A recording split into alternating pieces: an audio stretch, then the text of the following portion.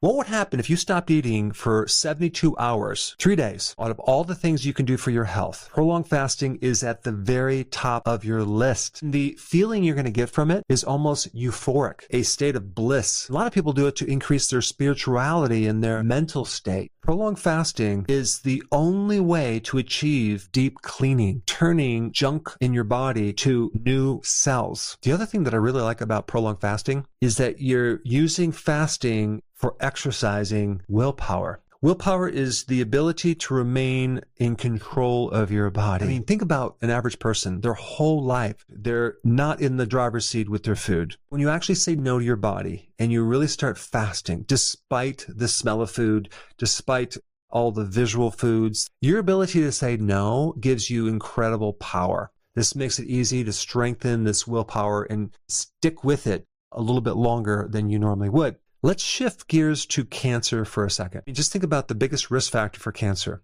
It's age. As you get older, your risk for cancer goes up. Why? Because of the accumulated damage in your cells.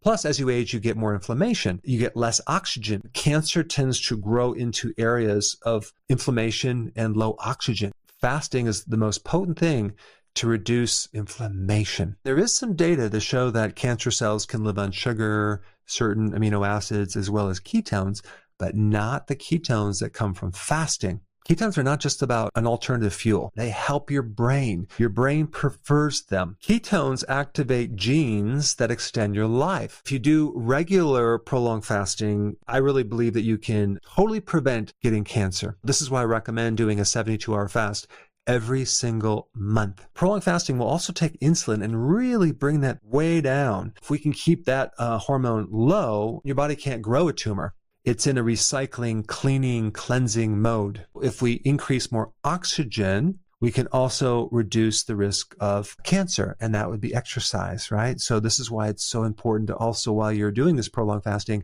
go on long walks, get a lot of oxygen. Growth hormone also majorly goes up when you're doing fasting. Growth hormone helps you burn fat, but it also helps you preserve your muscles. Now let's switch to some practical tips with fasting.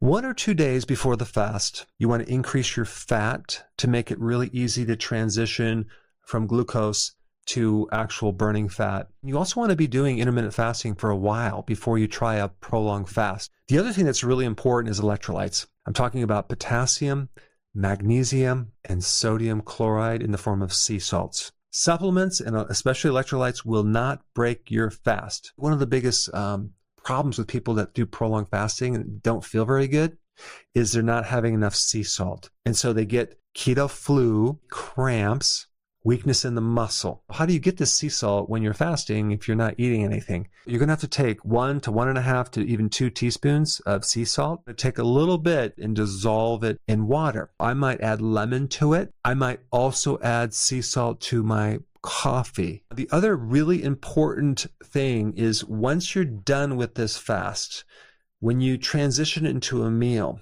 do not make this mistake. Don't start consuming anything sweet or carbohydrate. What you want to consume is just a little bit of sauerkraut, fermented vegetables, an egg, or some bone broth is really good. Because sometimes all it takes is a little bit of protein, get you back to where you need to be. Wait for a few hours and eat a little bit more. Your digestive system has gone to sleep and you have to wake it up slowly. You don't want to wake it up with carbohydrates. The reason why people don't feel good when they do prolonged fast is either they don't have enough sea salt or they haven't adapted to it gradually beforehand by doing regular intermittent fasting, or they just need more protein. You may have heard this story in another video, but I had this gentleman who reached out to me and he said, you might want to do a video on my story.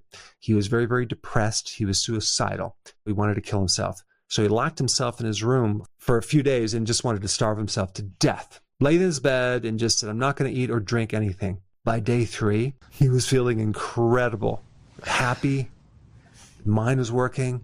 He's like, well, why do I feel so good? So he goes on his computer and he discovered the benefits of fasting from my video, and it changed his whole life around. Another thing that can happen is if you have a tendency to get gallstones, you may generate a bit more bile sludge.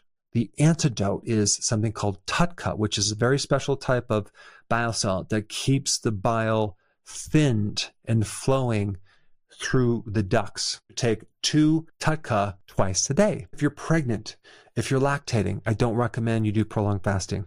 I also did a video on a group of, I think it was 5 to 7 people. 1 or 2 of these people had diabetes type 1. And they wanted to do an experiment where they did exercise. They ran 20 miles every single day for 5 days in a row.